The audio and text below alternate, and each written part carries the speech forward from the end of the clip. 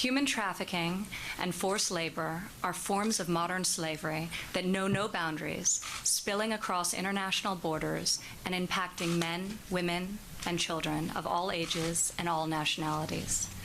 Just last week, the U.S. Department of State announced a $25 million award to the Global Fund to End Modern Slavery.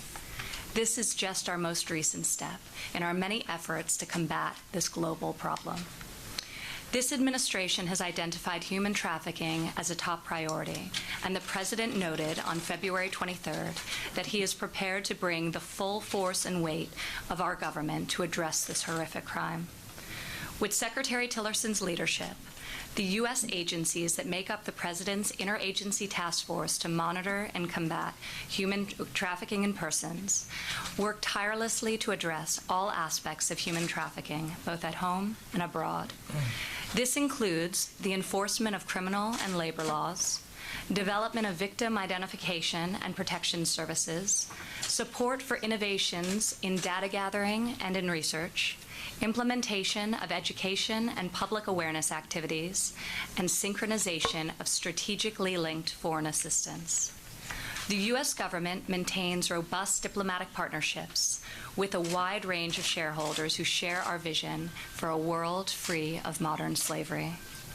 Over the past several months, I have led roundtables and listening sessions at the White House with survivors, with human rights activists, members of Congress, and many others to determine tangible steps that the U.S. government can take to increase and improve our efforts to end human trafficking. In May, during my visit to Rome, I had the opportunity to meet with survivors at Sant'Egidio. I listened to their harrowing experiences, as well as their inspiring stories of strength and of perseverance. It is hard to grasp how tens of millions of people across the globe can experience this scale of human suffering. It is unacceptable.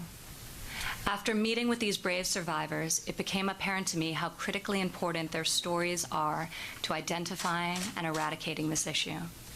In the United States, we have an advisory council on human trafficking, comprised exclusively of survivors, as we recognize that incorporating victims' inputs must remain a central tenet of our effort to combat modern slavery.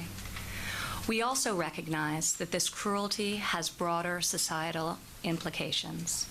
Human trafficking, forced labor, and modern slavery splinters families, distorts global markets, undermines the rule of law, strengthens transnational organized criminal networks, and threatens national security everywhere.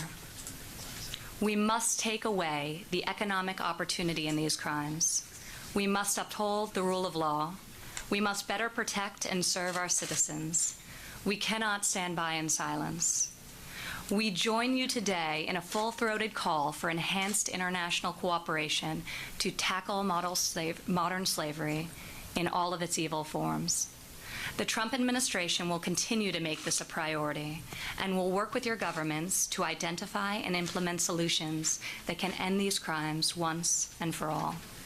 Thank you, Deputy Secretary Sullivan, for being here to demonstrate our strong commitment to this mission. Many thanks again to Prime Minister May for your remarkable leadership, and to each of you in this room for your pledge to end human trafficking, forced labor, and modern-day slavery. I look forward to a thoughtful discussion.